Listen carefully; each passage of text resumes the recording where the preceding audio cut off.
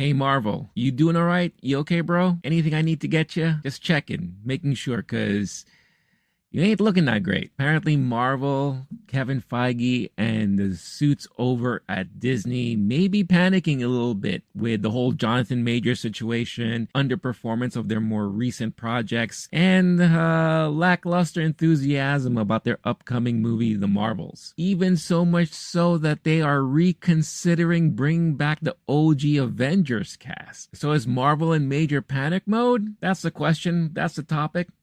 Let's talk.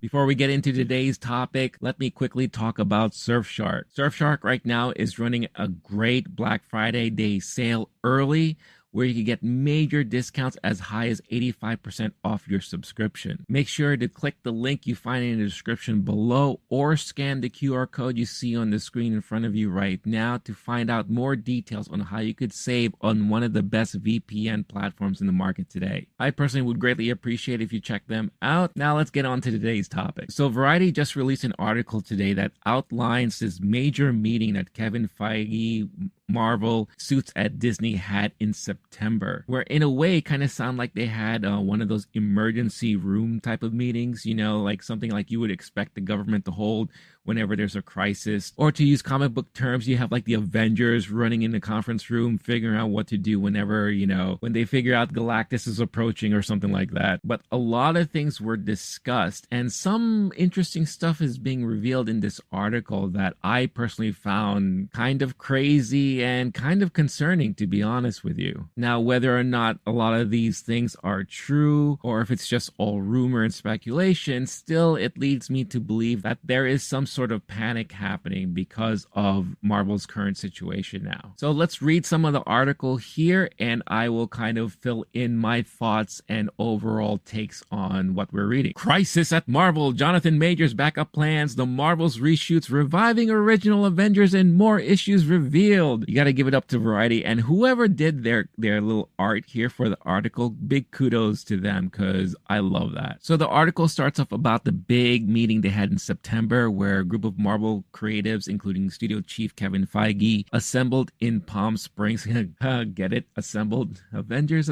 Okay, you know what I'm talking about. Assembled in Palm Springs for the studio's annual retreat. That must have been some fun retreat, let me tell you. And then it goes on to talk about how the occasion was kind of angst-ridden. Everyone at Marvel is reeling from a series of disappointments on screen, a legal scandal involving one of its biggest stars, and questions about the viability of the studio's ambitious strategy to extend the brand beyond movies into streaming. Article goes on to say that the most pressing issue to be discussed at the retreat was what to do about Jonathan Majors, the actor who had been poised to carry the next phase of the Marvel Cinematic Universe, but instead is headed to a high-profile trial in New York later this month on domestic violence charges, has forced Marvel to reconsider its plans to center the next phase of its interlocking slate of sequels, spin-offs, and series around Majors' villainous character Kang the Conqueror. The article continues to say at the gathering in Palm Springs, executives discussed backup plans, including pivoting to another comic book adversary, like Doctor Doom, but making any shift would carry its own headaches. Majors was already a big presence in the MCU, including as the scene-stealing antagonist in February's Ant-Man and the Wasp: Quantumania, and he has been positioned as the franchise's next big thing in this season of Loki. By the way, I love the quote in this article that comes up next. Marvel is truly f***ed with the whole Kang angle, says one top deal maker who has seen the final Loki episode, and they haven't had an opportunity to rewrite until very recently, well, because of the WGA strike. But I don't see a path to how they moved forward with him. So I think that's been like the number one question ever since these allegations and all of this court stuff and legal stuff started happening with Jonathan Majors. What's Marvel going to do? Are they going to act now, or are they going to play the waiting game and see what will happen? Especially knowing that Kang is going to be the number one focus, just like how they did with Thanos in previous phases. And I think Marvel's delay in trying to figure out what to do with him is now starting to slowly bite them in the ass, especially since this whole thing with Jonathan is not even solved yet. I'm going to go back to the article that like later on in the article that kind of helps support some of the stuff I'm talking about right now. So the article says here, when the Quantumania actor was arrested in March, Disney executives insisted that they could afford to play a wait-and-see game, given that Avengers: The Kang Dynasty wasn't expected to begin shooting until early 2024. But then Majors was dropped in quick succession by his publicists and managers. Then, ahead of a key hearing in October, media outlets including Variety obtained a court filing that referenced a police incident in London involving Majors that led to his ex-girlfriend to seek medical attention. Making matters even stickier, the ex-girlfriend also worked on Quantumania as a movement coach, and the London incident took place while Majors was shooting season 2 of Loki. Now, the article continues after that, saying a studio source notes that regardless of the actor's legal issues, Marvel already had considered moving away from a Majors-led phase because of the box office performance of Quantumania, which will struggle to make a profit. Also noting here, on October 27th, Disney removed another Majors film, Searchlight's magazine Dreams, from the release calendar, which earlier in the year had a short kind of festival run, and there were actually some decent talks about Majors' performance in that film, so it was slightly anticipated until all this stuff happened. Recasting Majors is also an option, as Feige did when he replaced Terrence Howard in Iron Man 2 with Don Cheadle. So I think anything that Marvel decides to do at this point is going to be faced with a lot of criticism and questions, right? I think what a lot of people were suggesting or saying, especially after Guardians of the Galaxy Volume 3 came out, is maybe they could possibly make a switch with the High Evolutionary, played by Chukwudi Iwuji. I really hope I'm pronouncing that name right. Because in a way, he became one of the more recent fan favorite villains that the Marvel has produced and put on screen. And plus, he gave a brilliant performance in Guardians of the Galaxy. And his fate is kind of left open with how the movie ended. And especially when you saw kind of like the deleted scene that they left on the cutting room floor. So it could kind of make sense if they kind of push the whole Kang thing just aside for now and maybe switch focus over to him, because switching to Doctor Doom would be kind of a really drastic choice, because one, you have to really introduce who he is to the general audience, who will have no idea who Doctor Doom is, unless they remember his portrayal from those original Fantastic Four movies back in the day. But I think at this point, most people forgot all about those movies. Plus, you kind of have to figure out how to weave him into the current storyline. Now, with the whole multiverse thing and time travel and everything like that, it's very easy for someone to just pop up and show up out of nowhere, right? And as we've seen with DC, especially with how The Flash ended and possibly what's going to be happening with Aquaman 2 coming out, it's very easy to add scenes here and there to kind of suggest that maybe what we're seeing is not the full reality or not the full universe that we are used to. So making a switch like that could be very possible. Recasting Kang? I could see that happening too, but it will also be like a very jolting situation because we've already seen Jonathan portray Kang in multiple series and movies, whether or not it's the Loki series or in Quantumania. And who knows if there was something that was supposed to be shown with Marvels. If they were to recast him now, it would be very jarring. With the whole Terrence Howard situation, it wasn't as jarring because he only appeared in one movie. And at that point, the Marvel Universe wasn't fully solidified and there wasn't much of a canon and lore yet. Having someone else step into that role wasn't that big of a deal, and they kind of addressed it very tongue-in-cheek like in the movie when Don Cheadle showed up, and they kind of left it alone, right? But they could also, if they wanted to, kind of recast it and kind of blame the multiverse for changing things around. So at this point, anything is possible, but needless to say, I think Marvel is stuck, and if they need to make a choice and a decision, they're going to have to do so quickly, and we may hear more about that once the SAG strike has come to a conclusion. Now, speaking of the Marvels, the article also addresses some of the issues that were involving that movie. Beyond the bad press for Majors, the brain trust at Marvel is also grappling with the November release of The Marvels, a sequel to 2019's blockbuster Captain Marvel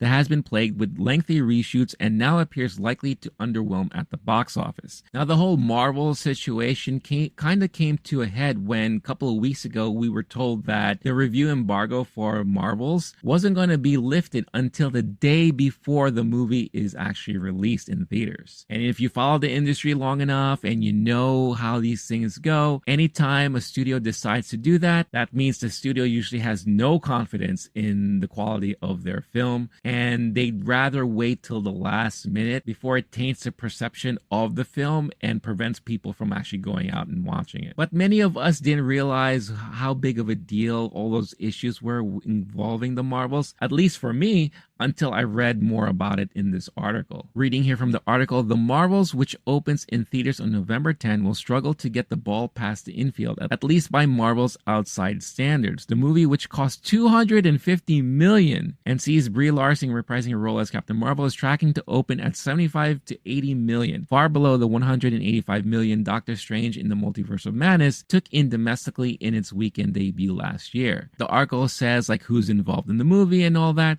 But the one thing to highlight here is where it says that the movie resulted in 4 weeks of reshoots to bring coherence to a tangled storyline. Because obviously they're trying to tie in the team up of Brie Larson's Carol Danvers, Tiana Paris's Monica Rambeau, and Iman Vellani's Kamala Khan. The article continues to say, then eyebrows were raised again when DaCosta began working on another film while the Marvels was still in post-production. The filmmaker moved to London earlier this year to begin prepping for her Tessa Thompson drama Hedda. Quote, if you're directing a $250 million movie, it's kind of weird for the director to leave with a few months to go, says a source familiar with the production. The Marvels has seen its release date moved back twice, once to swap places with Quantumania, which was deemed further along, and again when its debut shifted from July to November to give filmmakers more time to tinker. But that extra time didn't necessarily help. In June, Marvel, which traditionally only solicits feedback from Disney employees and their friends and families, took the uncharacteristic step of holding a public test screening in Texas. The audience gave the film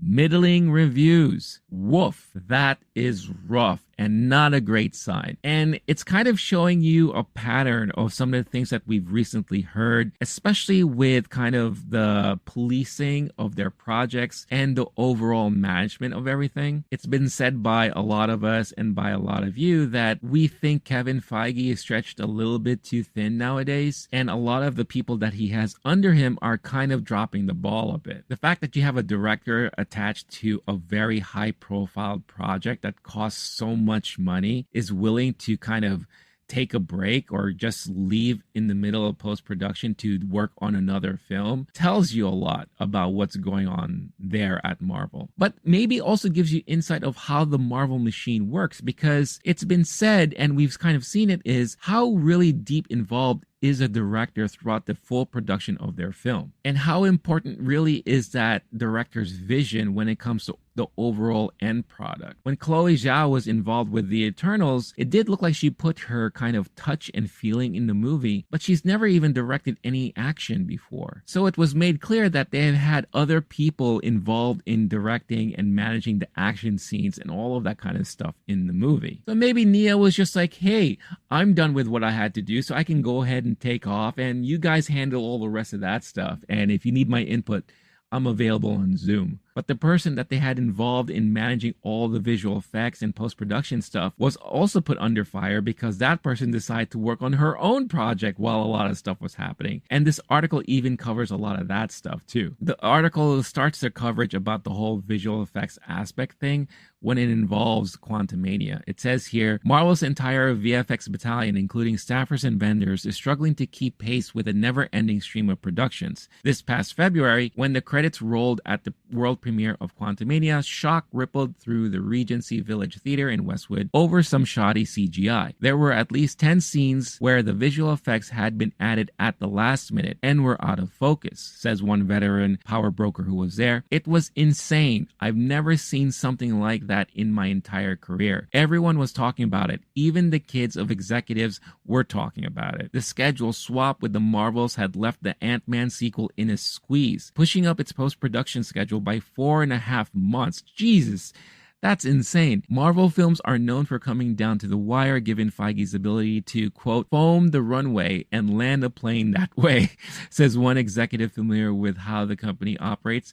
But this level of unfinished was unprecedented and would be noted in scathing reviews when the tentpole with the $200 million budget opened 11 days after the premiere. Critics weren't the only ones dismayed. Fed up with 14-hour days and no overtime, Marvel VFX workers voted unanimously to unionize in September, sparking an industry-wide trend. The article continues to say here, the year 2023 was the straw that broke the camel's back, says former Marvel Studios VFX assistant coordinator Anna George. Quote, the pay and long hours at Marvel were the reasons we had to start our unionization process there. The conditions were completely unstable. Now, this is the part of the article that I wanted to touch base on, because it says here, 1 month after the Quantumania premiere debacle, the guillotine fell on Victoria Alonso, who oversaw the studio's physical production, post-production, and VFX and animation. While the reason cited for her abrupt firing was her unauthorized role as an executive producer on the Oscar-nominated film Argentina 1985, insiders say Disney was incensed that quality control on its Marvel productions was plummeting, particularly on the ever-expanding TV front. The VFX logjam had been evident for some time, with some final effects for such Disney Plus series as WandaVision and She-Hulk Attorney at Law inserted after their streaming debuts. That Alonso was busy promoting her art house project while Rome burned certainly didn't sit well with Disney leadership. And this is interesting to note here, but some internal sources suggest Alonso was a scapegoat and point to the She-Hulk VFX issues as a symptom of a deeper rot, namely a lack of oversight on script development. In the original arc of She-Hulk, a flashback of star Tatiana Maslany's transformation into her Hulk character didn't take place until episode 8, the penultimate episode. But after Marvel's Brain Trust watched footage, it realized the scene needed to happen in the pilot episode so that audiences could see more of the character's backstory early. That meant that the VFX team was tasked with fixing the mess in post-production. And I love this quote right here. The so-called bad at VFX we see was because of half-baked scripts, says one person involved with She-Hulk. That is not Victoria. That is Kevin. And even above Kevin, those issues should be addressed in pre-production. The timeline is not allowing the Marvel executives to sit with the material. So that right there leads to, I think, what the bigger issue is here. And I think the biggest issue here was that Marvel was just too focused on pumping out stuff. It was like an assembly line of just project. And in a way, they're treating their movie and TV business like the comic book business. On the comic book side of things, you can have 50 different issues of various different projects and IPs, all talking about different things, or have a giant run of like 20 different titles running the same overarching storyline amongst them all. And this could go on for months and months and months. But I think what they're starting to learn is that you can't run a movie and TV business the same way you run the comic books. And now we're seeing it hurt because of lack of quality and fatigue, to be honest with you. Now, I don't want to just blame Kevin Feige on all of these issues. Now, a lot of these issues pretty much stemmed from the previous management under Bob Chapek, who was really pushing and forcing focus on the Disney Plus streaming platform, especially once the pandemic really has heightened. If you remember back then, there was a lot of reshuffling in the scheduling and kind of release schedules of a lot of the Marvel-related TV shows. But there was a lot of just shuffling and pushing out scripts and like doing all that stuff, filming, doing what they can, or at least pushing the stuff that they've already filmed and rushing the post-production work on that to make sure that they had it readily available for release on Disney Plus. But I think it's because of that major push and all of these projects all happening at once, it really caused Kevin Feige to lose control a little bit because his focus was spread all over the place. So all of that stuff really ruined, I think, a lot of things, to be quite honest with you, and caused a lot of these programming to be kind of meh. Great example is Secret Invasion. That show should have been one of the most watched shows, most talked about shows, and because of that anticipation to finally see Nick Fury come back and lead his own show. Instead, it was flooded with bad praises and bad reviews. If you look on YouTube, you'll see just a tremendous amount of negative content because of how ridiculous that show was. And talk about bad CG. Oh my goodness, that show was just played with stuff like that. And now, of course, one has to worry about some of the projects that they were working on, and kind of explains why now that Bob Iger kind of came back and kind of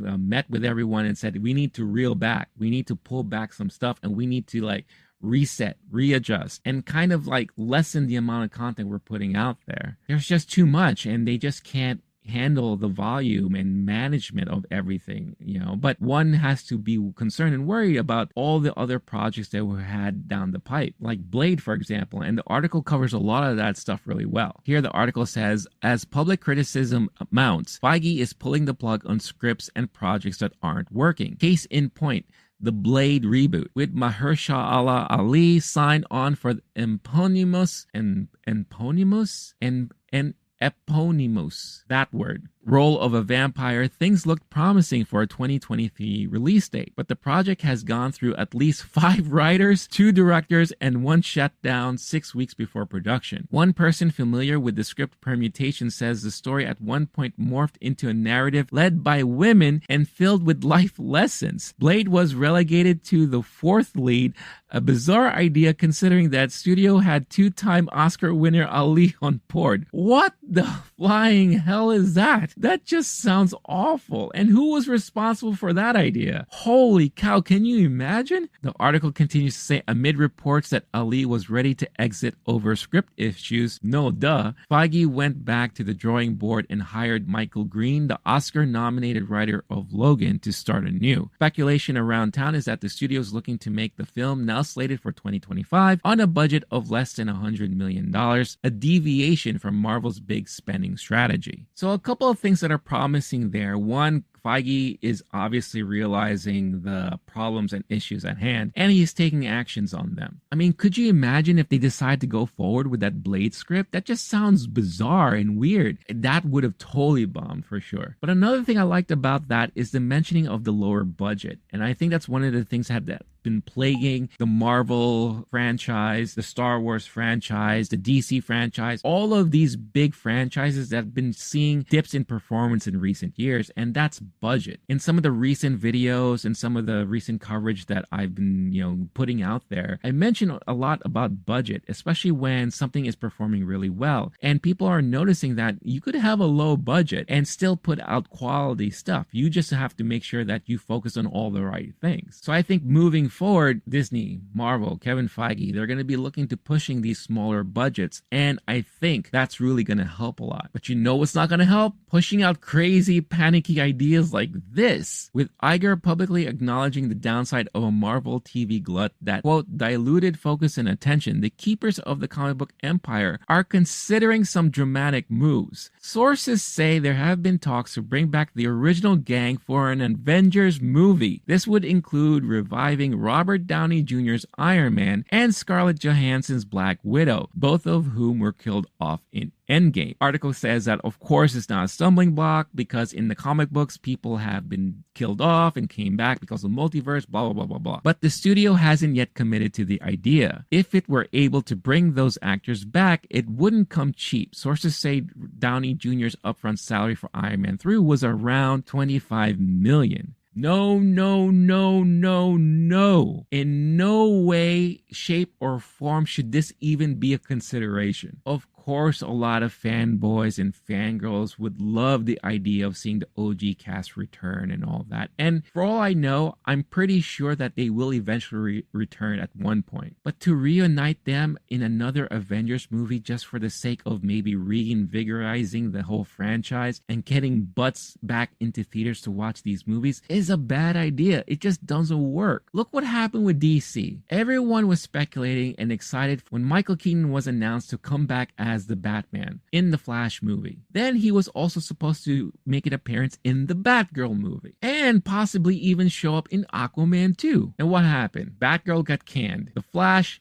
no one really went out to see it, and those who did were kind of 50-50 on the whole thing. Aquaman 2 never happened, which is kind of disappointing because I actually really liked seeing him back in the Flash. I thought that was actually pretty cool. But look what happened there. It didn't work out. Doing this just smells of desperation, and you don't want to put that out there in front of everyone. Audience are smart. They're going to call your bluff on a lot of this stuff, even though how fascinating and curiosity will spark if something like this was going to happen, how are you then going to tie it into what you're trying to accomplish as far as storyline goes? What are you going to make this maybe a one-off, a one-shot to maybe show like an older adventure that they had? Is this going to be like an alternate Elseworlds type of reality, a what-if scenario? Are they going to do like a what-if movie? Like, what if the Avengers fought off, I don't know, Galactus or something like that, and then maybe introduce a Fantastic Four in there, or the X-Men or whatever? Yeah, I think at this point, Marvel and Disney should just let that go and not even think about that. And maybe just put more focus on future projects and put more focus on what people are really waiting for, and that's the X-Men and Fantastic Four. The article even covers that, where it says that the anticipation for Deadpool 3 is already at a whole-time high because of that reuniting of Hugh Jackman as Wolverine and, Ryan Reynolds as Deadpool, but also that slight possibility that we're going to get hints of introductions to the X-Men universe, finally under the Disney tutelage. And every time there's news about Fantastic Four casting or whatever the case is, major hype happening around that stuff. So I think if they really focus on that moving forward, that's when they could get people interested again and kind of get more reinvestments into the Marvel universe. But there lies another question. Are people going to be patient enough and wait that long? Because there's an interesting thing that the article also mentions here about that. The article says there are signs that the flood of product is leading people to tune out. Quote, I'm not prepared to call it a permanent fall, but based on the numbers that go with Marvel podcasts, Marvel-based articles, friends who do Marvel-based video coverage, all of these numbers are significantly down,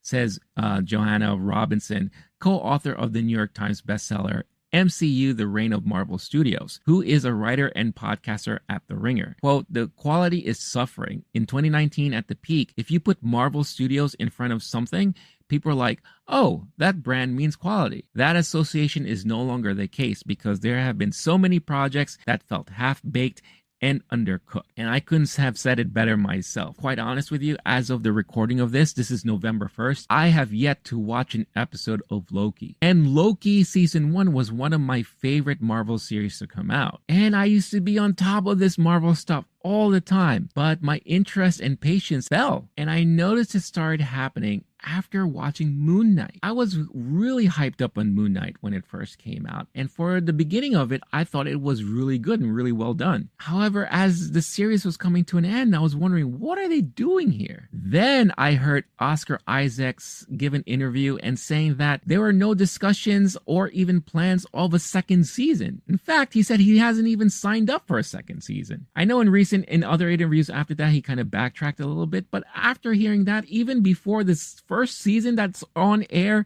hasn't even ended yet, and I'm already learning about this, it makes me wonder, then what the hell is the point? And then She-Hulk came out. Whoa, what a disappointment that was. Don't get me wrong, there are certain episodes that I enjoyed, and I think Tatiana Maslany is a great actress, and I think she's good in the role. But the entire series was just tongue-in-cheek and da-da-da, and then that ending, how there's it became meta, and they were poking fun at themselves, and they're all in on the joke, and they're like, ha ha ha, this is really funny. Wasn't funny to me. So when a series like Secret Invasion came out, again, like I said before, hype should have been big. Everyone should have been anticipating it. Should have been this most talked about thing. I didn't watch it until after it finished. So I binged it, and guess what? Oh, that was a rough binge. So now with Loki, even though I'm hearing decent stuff about it, I'm just waiting. I'm not pushing myself to watch it week to week. And to be quite honest with you, I'm not seeing a lot of people talk about it. YouTube channels that usually do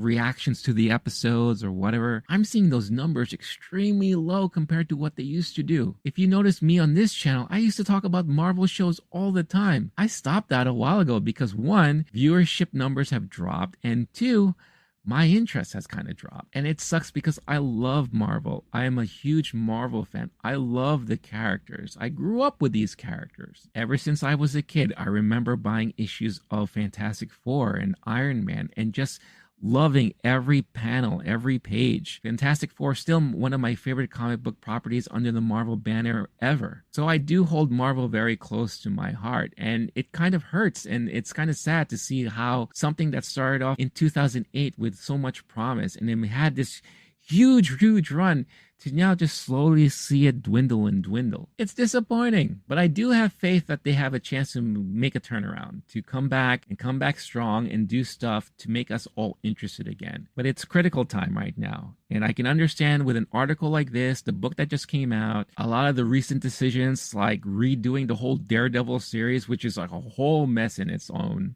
taking ownership back and really putting in the quality control and quality assurance that is terribly needed for all of these projects happening, and taking their time to really focus on what they're trying to do and accomplish. But the time to act is now, to be quite honest with you. As soon as the SAG strikes are completed and they're, both sides are happy and they're done with their deals and whatever, you're going to start hearing a lot of announcements and a lot of different decisions made. And I'm hoping within the next year a major course correction is going to be done, and we're going to see Marvel put priority in what's going to work and maybe put some other stuff in the back burner, or just push things into a later date, because there's no need to like rush everything right now. And with the whole Kang Jonathan Majors situation, time will tell. But if they're going to make a choice now, they need to make it immediately and be upfront and clear about it, because the more you dilly-dally, the more you linger, the fans are going to get irate and the audiences are going to lose interest even more so, and the more you're going to see interest and numbers drop whenever a new thing comes out. But those are just my takes on it. I'm curious as to what all of you think about it. Of course, I want you and invite you to leave your comments in the comments below, and thank you so much for watching and tuning in. If you liked all of this stuff, and you want to show your appreciation, you just got to do one thing, and it doesn't cost you anything. All you got to do is hit that like button. It helps out with the algorithm, gets this video into the eyes of other like-minded folks like you and I, and really helps support this channel and go a long way. Want to take it to the next level, and you haven't done so yet, you can subscribe as well, and make sure to hit that notification bell to get notified every time a new video is posted onto the channel. You're listening through audio on audio podcast form? Make sure you follow and leave a nice rating. Lastly, another great way to help out is checking out our affiliate partners here. Again, Surfshark. Can't speak highly enough about them. Let me quickly cover them and talk about them right now. So happy to have Surfshark on board as one of the affiliate partners for the Lowkey Geek channel here. If you're in the market for a new VPN, I highly recommend a company like Surfshark. And trust me, I've tried all of the VPNs out there, and by far Surfshark is the #1 clear-cut winner for me because of many reasons. Yes, of course, it gives you great protection and security protection while you're browsing the internet, especially when you travel and you're in other countries or other states, and you want to make sure your browsing data is, fully secured and no one is like spying in on you or stealing some of your stuff that you're transmitting online. What I mainly use Surfshark for is for unlocking the streaming services that I already pay for. There's no better feeling in knowing that you can get more out of your streaming services by accessing content that is not necessarily readily available for you in your region. What do I mean by that? Well, a great example is that recently I wanted to check out some movies off of Hulu, but I don't subscribe to Hulu. But I found out that in the UK, Hulu movies are shown on Disney Plus. So all I had to do was connect to the UK server there through Surfshark. And then once I was connected, I just logged into Disney Plus and bam, Hulu movies were available, and I was able to enjoy it without any issues with quality due to speed, because everything was playing perfectly and the audio was coming in crisp and all that. It's as if I was just watching it normally through my normal internet connection. But the main reason why Surfshark is by far the best is because it is the cheapest out there. And I can't stress that enough, where, we're all trying to save money here. And with all the stuff that we pay for on a monthly basis, the last thing we need is to add on an additional high monthly payment to our bills, and Surfshark will not hurt your wallet at all. As a matter of fact, if you scan that QR code you see on the screen right now, or you check out the link in the description of this video, you'll find out how you can get Surfshark for 85% off plus 2 additional months. Actually, hold the phone right there. Surfshark has decided to start off their Black Friday deals early, now offering even cheaper discounts. Depending on which subscription you go for, you can now get Surfshark One for a total of 28 months for only $2.69 a month. That's as little as $75. Or get Surfshark Starter for a total of 27 months for as little as $1.99 a month. That's just under $54. This is another reason why I am so happy that Surfshark has decided to partner up with us here, and I can't recommend them enough. Again, thank you so much, and if you do try Surfshark out, let me know what you thought about them when you do, and let me know your thoughts about the service in the comments of this video. So again, thanks to Surfshark, and thanks to all of you, and again, thank you so much for watching and tuning in and listening. Until next time, stay cool, stay classy, stay safe. Catch you all in the next one. All right, peace out, y'all.